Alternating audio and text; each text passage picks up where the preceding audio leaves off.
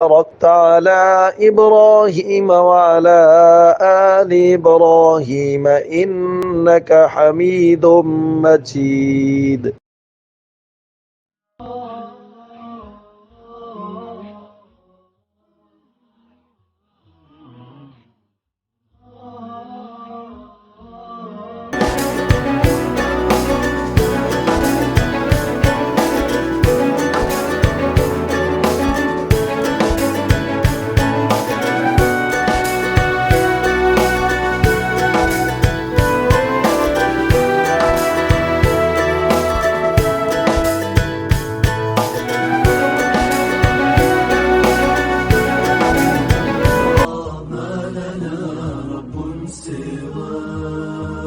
اللهم صل على محمد وعلى آل محمد كما صليت على إبراهيم وعلى آل إبراهيم إنك حميد مجيد. اللهم بارك على محمد وعلى آل محمد كما باركت على إبراهيم وعلى آل إبراهيم إنك حميد مجيد. عن سلمان فارسی رضی اللہ تعالی عنہ قال خطبنا رسول اللہ في آخر يوم من شعبان فقال یا ایها الناس فقد اذلکم شہر عظیم شہر مبارک او کما قال علیہ الصلوۃ والسلام رب اشرح لی صدری ویسر لی امری واحلل عقدۃ من لسانی یفقهوا قولی واجعل لی وزیرا من اہلی آمین یا رب العالمین۔ ناظرین، آج یکم رمضان المبارک ہے اور آج انشاءاللہ ہم رمضان مبارک کی آمد پر نبی پاک صلی اللہ علیہ وسلم نے ایک خطبہ ارشاد فرمایا تھا، اور یہ خطبہ آپ صلی اللہ علیہ وسلم نے 29 شعبان کو دیا تھا، یعنی رمضان سے ایک رات قبل۔ تو آج ہم سب سے پہلے اس خطبے سے اپنے جو ہے وہ اس صبح کی جو ٹرانسمیشن ہے اس کا آغاز کریں گے۔ آپ صلی اللہ علیہ وسلم کے اس خطبے کے راوی ہیں سیدنا سلمان فارسی رضی اللہ تعالیٰ عنہ۔ وہ فرماتے ہیں قال خطبنا رسول اللہ فی آخر یوم من شعبان، کہ نبی پاک صلی اللہ علیہ وسلم نے شعبان کی آخری تاریخ میں ہمیں ایک خطبہ دیا۔ فقال، آپ صلی اللہ علیہ وسلم نے فرمایا، یا ایہا الناس، اے لوگو، فقد اذلکم شہر عظیم، تم پر ایک بڑی عظمت والا مہینہ سایہ فگن ہو رہا ہے۔ شہر مبارک، وہ مہینہ بہت برکتوں والا ہے، یعنی جس مہینے میں ہم اب داخل ہو چکے ہیں اس کے بارے میں اللہ کے رسول فرما رہے ہیں کہ یہ بہت عظمتوں والا ہے اور بہت بابرکت مہینہ ہے۔ اور آپ کو بھی اندازہ ہے، ہمیں بھی اندازہ ہے کہ عام دنوں میں جو کچھ ہم کرتے ہیں اس سے کئی گنا زیادہ رمضان المبارک میں ہم کر لیتے ہیں۔ یہ اس رمضان کی برکتیں ہیں۔ عام دنوں میں کبھی بھی ایسا نہیں ہوا کہ ہم جناب رات کے وقت اٹھ کر کوئی تلاوت کریں یا کھڑے ہو کر کوئی نماز پڑھیں، لیکن رمضان المبارک میں ایک اللہ تعالیٰ ایسا ماحول بناتے ہیں کہ رات کو عشاء کے بعد تراویح بھی پڑھی جا رہی ہیں اور بہت سے لوگ سحری کے وقت اٹھ کر تہجد کی نماز بھی ادا کرتے ہیں۔ یہ اس کی برکتیں ہیں۔ پھر اور بڑھ کر برکتیں یہ ہیں کہ نیکیاں بڑھ جاتی ہیں اور اس کا اجر بڑھ جاتا ہے۔ پھر اس کی عظمت کا یہ پہلو بھی ہے کہ اللہ تعالیٰ بہت سے لوگوں کو رمضان کے آخر میں جہنم سے نجات کے پروانے عطا کر دیتے ہیں۔ شہر فیہ لیلۃ خیر من الف شہر، اللہ کے رسول فرما رہے ہیں اس مبارک مہینے میں ایک ایسی رات ہے جو 1000 مہینوں سے بہتر ہے، اور یہ لیلۃ القدر ہے، ہم سب جانتے ہیں، اور یہ رمضان کے آخری عشرے میں طاق راتوں میں ملتی ہے۔ جس کو مل جائے اس کے وارے ہی نیارے، کہ اس رات کو اللہ تعالیٰ فرما رہے ہیں کہ یہ 1000 مہینوں سے بہتر ہے۔ جعل اللہ صیامہ فریضہ، اللہ کے رسول فرما رہے ہیں کہ اللہ تعالیٰ نے اس مہینے کے روزے کو ہر مرد اور عورت بالغ پر فرض قرار دیے۔ جو بھی مرد ہے، عورت ہے، بالغ ہے، اس پر اس مہینے کے روزے فرض ہیں۔ قیام لیلی تطوع، اور اس کی رات کا قیام، یعنی رات کو کھڑے ہو کر نماز پڑھنا، تراویح پڑھنا، تہجد پڑھنا، وہ تطوع کہتے ہیں ایسی نماز کو جس کے اندر شوق سے جو پڑھی جائے۔ نوافل کو ہم کہہ سکتے ہیں، نوافل ایسے ہوتے ہیں جو شوق سے پڑھی جاتی ہے۔ بعد میں علماء نے کہہ دیا کہ جی تراویح کی نماز سنت موقدہ ہے، البتہ احادیث میں اس کے لیے الفاظ ہیں تطوع، خوش دلی سے ادا کی جانے والی نماز، یعنی جو رات کو خوش دلی کے ساتھ کھڑے ہو کر اب یہ نہیں ہے کہ ایک شخص رات کو کھڑا بھی ہے اور بڑا بے دلی سے کھڑا ہے اور اسے نیند کی پریشر بھی ہے لیکن وہ سو نہیں رہا کہ میں گناہگار ہو جاؤں گا، ایسی بات نہیں ہے۔ سکون کے ساتھ جتنی اللہ توفیق دے رات کو قیام کرے، کھڑا ہو، اس میں 8 رکعت پڑھ لے، اس میں 20 رکعت پڑھ لے، اس میں 10 رکعت پڑھ لے، اس میں 20 سے علاوہ تہجد پڑھ لے، کوئی حرج کی بات نہیں ہے، لیکن تطوع خوش دلی کے ساتھ۔ من تقرب فی بخصلۃ من الخیر، تو اللہ کے رسول صلی اللہ علیہ وسلم فرما رہے ہیں کہ من تقرب فی بخصلۃ من الخیر کان کمن ادى فریضۃ فی ما سوا، جو اس مہینے میں اللہ کی رضا اور اس کا قرب حاصل کرنے کے لیے کوئی غیر فرض عبادت یعنی سنت یا نفل ادا کرے گا تو اس کو دوسرے زمانے کے فرضوں کے برابر ثواب ملے گا۔ عام دنوں میں جو فرض ادا کیا تو ثواب ملا، رمضان المبارک میں نفل یا سنت ادا کرنے پر وہ جو ہے وہ اجر ملے گا۔ یہ بھی رمضان المبارک کی برکت اور اس کی عظمت ہے۔ ومن ادى فریضۃ فی کان کمن ادى 70 فریضۃ فی ما سوا، اور اس مہینے میں جو شخص فرض ادا کرے گا اس کو دوسرے زمانے کے 70 فرضوں کے برابر ثواب ملے گا۔ عام دنوں میں 70 فرائض ادا کرے گا اور رمضان المبارک میں ایک فرض ادا کرے گا تو اس کو 70 گنا ثواب زیادہ ملے گا۔ اب یہ رمضان المبارک کی عظمتیں ہیں، برکتیں ہیں کہ اللہ تعالیٰ اس کو اتنا بڑھا چڑھا کر جو ہے انسان کے سامنے رکھتے ہیں۔ وَهُوَ شَهْرُ الصَّبْرِ، یہ تو صبر کا مہینہ ہے۔ یعنی رمضان المبارک آپ دیکھیں، انسان کو بھوک لگی ہوتی ہے، انسان کو پیاس لگی ہوتی ہے اور ٹھنڈا پانی سامنے موجود ہے، کھجوریں موجود ہیں اور کھانا موجود ہے، لیکن انسان نہیں کھا سکتا، صبر کرتا ہے۔ تو اس سے انسان کے اندر ایک صبر کا جذبہ پیدا ہوتا ہے۔ تو فرمایا وَهُوَ شَهْرُ الصَّبْرِ، یہ تو صبر کا مہینہ ہے۔ وَالصَّبْرُ ثَوَابُهُ الْجَنَّةُ، اور صبر کا بدلہ جنت ہے۔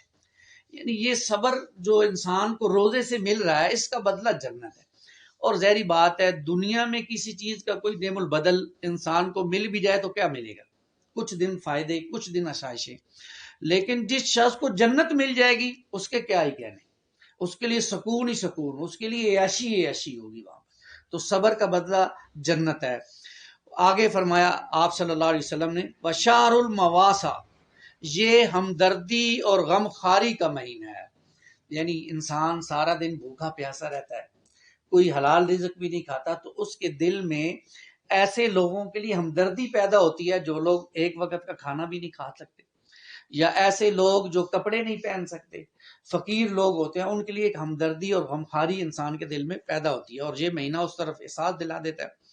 وَشَهْرٌ جُزَادُ فِي رِزْقِ الْمُؤْمِنِ، اور یہ وہ مہینہ ہے، قربان جائیں رسول اللہ صلی اللہ علیہ وسلم نے کیسی بات بیان کر دی کہ یہ وہ مہینہ ہے جس میں مومن بندوں کے رزق میں اضافہ کر دیا جاتا ہے۔ اصل میں اب دیکھیں نا، شیطان ہمیں الٹی پٹی پڑھاتا ہے۔ شیطان ہمیں کہتا ہے کہ رمضان میں کام کم کرو گے تو تمہاری رزق کم ہو جائے گا، جیسا کہ ہم پڑھیں گے آگے حدیث میں یہ کہا گیا کہ اپنے مملوک یعنی غلام پر یا جو ملازم ہے اس کے وقت کو کم کر دو تاکہ وہ بھی روزہ رکھ سکے۔ تو جب کم کریں گے تو ظاہری بات ہے شیطان ذہن میں ایک بات ڈالے گا، ہو سکتا ہے کم کرنے سے روزی کم ہو جائے۔ تو فرمایا نہیں، ایسا نہیں ہے، اس مہینے میں اللہ تعالیٰ مومن بندوں کے رزق میں اضافہ کر دیتے ہیں، اس کو بڑھا دیتے ہیں۔ اب آگے اس رمضان کی فضیلت بیان کی ہے رسول اللہ صلی اللہ علیہ وسلم نے، من فطر فی صائمہ، جس نے اس مہینے میں کسی شخص کو اللہ کی رضا کے لیے روزہ افطار کرایا تو کیا ہوا جی؟ کان لہ مغفرۃ لذنوبہ وعتق رقبتہ من النار، تو اللہ تعالیٰ اس کی گناہوں کو بخش دیتے ہیں، مغفرت فرما دیتے ہیں، اور دوزخ سے آزادی کا پروانہ نصیب ہو جاتا ہے اسے۔ اب آپ دیکھیں یہ روزہ، ہمارے ہاں تو خیر افطاریاں اب فیشن بنتا جا رہا ہے نا، کہ جی افطاریوں پہ بڑے بڑے لوازمات اور بڑی بڑی ٹیبلز اور پتہ نہیں کیا کیا ڈشز۔ نہیں، جس شخص نے بھی کسی کو اخلاص کی خاطر، اللہ میرا راضی ہو جائے، اس کی خاطر کسی کا روزہ افطار کروا دیا، اللہ کے رسول فرما رہے ہیں اس کے اللہ گناہوں کو بخش دیں گے اور اس کو جہنم سے آزادی کا پروانہ مل جائے گا۔ اور پھر یہ بھی ساتھ فرمایا وَقَانَ لَهُ مِثْلُ أَجْرِهِ مِنْ غَيْرِ أَن يُنْتَقَضَ مِنْ أَجْرِهِ شَيْءٌ، اور اس شخص کو روزہ دار کے برابر ثواب دیا جائے گا، اس کے ساتھ کہ اس کے روزے میں بھی کسی قسم کی کمی نہیں ہوگی۔ یعنی میں نے کسی شخص کا روزہ افطار کروایا تو جس کا روزہ افطار کروایا اس کے روزے جتنا مجھے بھی اللہ تعالیٰ ثواب عطا کریں گے، اور اس کے روزے کے ثواب میں بھی کمی نہیں کی جائے گی۔ یہ ہے روزے کا اجر۔ اب ایک بڑی تشویش بات پیدا ہوئی صحابہ میں، ظاہری بات ہے اب آج کل تو ہمارا ماحول بدل گیا نا، لیکن صحابہ میں کچھ ایسے صحابہ تھے جو فقیر صحابہ تھے، جو آپ کو پتہ ہے مسجد نبوی میں پڑھتے رہتے تھے، اور کہیں سے کچھ آ جاتا تھا تو کھا پی لیا کرتے تھے، کوئی ان کا بزنس نہیں تھا، کچھ نہیں تھا۔ تو ان کو جب پتہ چلا کہ اتنا ثواب ہے روزہ افطار کرانے کا، اور وہ تو اس فضیلت سے محروم ہو جائیں گے، تو انہوں نے رسول اللہ سے سوال کیا صلی اللہ علیہ وسلم، قلنا یا رسول اللہ صلی اللہ علیہ وسلم، انہوں نے کہا اللہ کے رسول صلی اللہ علیہ وسلم، لیس قلنا یجد ما یفطر به الصائم، تو ہم نے عرض کیا اللہ کے رسول صلی اللہ علیہ وسلم، یا رسول اللہ، ہم میں سے ہر ایک تو اس طرح کسی کو افطار کرانے کا سامان اس کو میسر نہیں ہے، یعنی کہ کسی کو روزہ افطار کرائے، تو یہ تو ہم میں سے ہر کسی کو میسر نہیں ہے۔ تو رسول اللہ نے بہت پیاری بات فرمائی، میرے اور آپ کے لیے بہت رہنمائی ہے۔ فقال رسول اللہ صلی اللہ علیہ وسلم، تو رسول اللہ صلی اللہ علیہ وسلم نے فرمایا، یؤتی اللہ ھذا الثواب من فطر صائما علی لبن او شربت من ماء، اللہ کے رسول فرما رہے ہیں اللہ تعالیٰ یہ ثواب ہر اس شخص کو دیں گے جو کسی روزہ دار کو ایک گھونٹ دودھ سے افطار کروا دے، یا ایک گلاس پانی سے روزہ افطار کروا دے، اس کو بھی یہ ثواب مل جائے گا۔ اللہ تعالیٰ دلوں کے ہاتھ جانتا ہے، اسے معلوم ہے کہ اس کے دل میں کیا ہے، اور کسی نے خلوص کے ساتھ کسی کو ایک گلاس پانی پیش کر دیا اور اس نے روزہ افطار کر لیا، کسی نے دودھ کا ایک گلاس پیش کر دیا، تو اس کو بھی یہ اجر مل جائے گا۔ کتنا اجر؟ گناہوں کی مغفرت اور دوزخ سے آزادی کا پروانہ۔ یہی نہیں، آگے فرمایا اللہ کے رسول صلی اللہ علیہ وسلم نے، ومن اشبع صائما سقاہ اللہ من حوضی، اور جو کوئی کسی روزہ دار کو پورا پیٹ بھر کے کھانا کھلائے گا، یعنی روزہ بھی افطار کھلایا، ساتھ میں کھانا بھی کھلایا، تو اللہ تعالیٰ اس کو میرے حوض یعنی حوض کوثر سے ایسا سراب کرے گا، لا یظمأ حتی یدخل الجنہ، اسے اس وقت تک پیاس نہیں لگے گی جب تک وہ جنت میں داخل نہ ہو جائے۔ یعنی حشر اتنا سخت دن ہوگا، کہتے ہیں کہ سورج سوا نیزے پہ آ جائے گا، گرمی، تپش اور پیاس کی شدت ہوگی، لیکن اللہ تعالیٰ اپنے حبیب کے صدقے روزہ دار کو پیٹ بھر کے کھانا کھلائے گا، اس کو شراب یعنی پانی پلائے گا، ایسا اس کو اللہ تعالیٰ نوازیں گے، ایسا آپ صلی اللہ علیہ وسلم کے حوض کوثر سے پانی پلائیں گے کہ جنت میں داخل ہونے تک اس کو پیاس محسوس نہیں ہوگی۔ اللہ تعالیٰ ہمیں بھی یہ فضیلتیں سمیٹنے کی توفیق عطا فرمائے۔ روزے شروع ہو چکے ہیں، ہم میں سے بھی اللہ کی رضا کے لیے ہم چاہیں تو روزہ افطار کر سکتے ہیں، اپنے رشتہ داروں کے روزہ افطار کرائیے، دوستوں کو، غریب مساکین لوگوں کو بھی روزہ افطار کرانا چاہیے۔ یہ نہیں کہ بس ہمارے ہاں ہوتا یہ ہے کہ جس نے میری افطاری کرائی ہے میں بھی اس کی افطاری کرواؤں گا، نہیں، ایسی بات نہیں ہے، ان کی بھی کروائیں، جنہوں نے آپ لوگوں کو افطار کیا، آپ کو عزت بخشی ہے،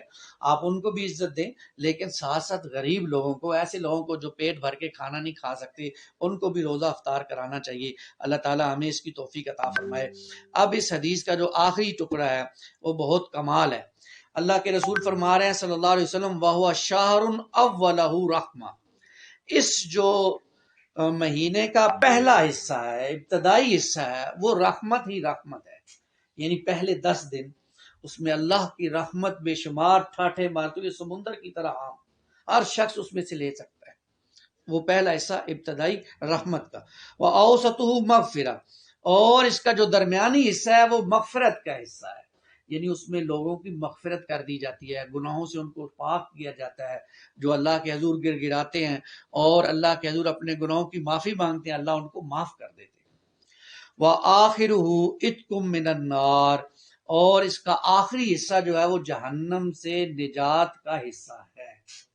یعنی ایک روایت میں آتا ہے کہ اللہ تعالیٰ آخری رات، یعنی جس کو ہم چاند رات کہتے ہیں، اس رات بہت سے روزہ داروں کو جہنم سے نجات کا پروانہ دے دیتے ہیں، نجات ہو جاتی ہے ان کی۔ اللہ ہمیں بھی ان لوگوں میں شامل فرمائے، اور اللہ تعالیٰ ہمیں ان فضیلتوں کو سمیٹنے کی توفیق عطا فرمائے۔ پھر فرمایا رسول اللہ صلی اللہ علیہ وسلم نے، وَمَنْ خَفَّفَ عَنْ مَمْلُوكِهِ فِي، اور جو آدمی اس مہینے میں اپنے غلام اور خادم کے کام میں کمی کر دے گا،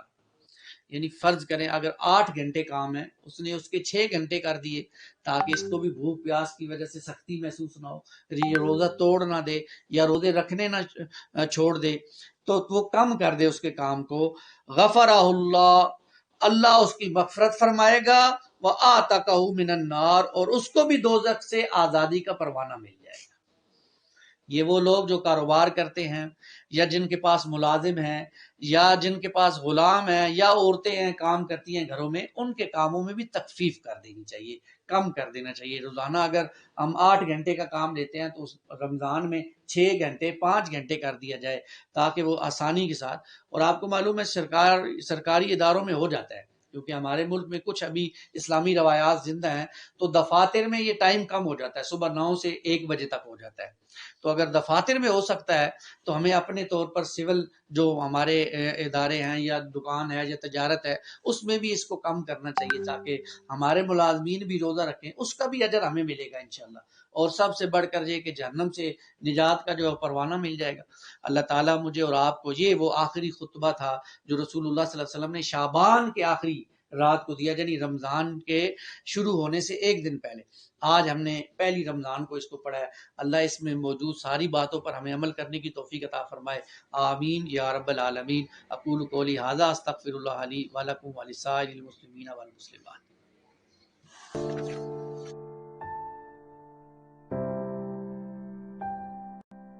HFC خوبصورت فیملی ہال کے ساتھ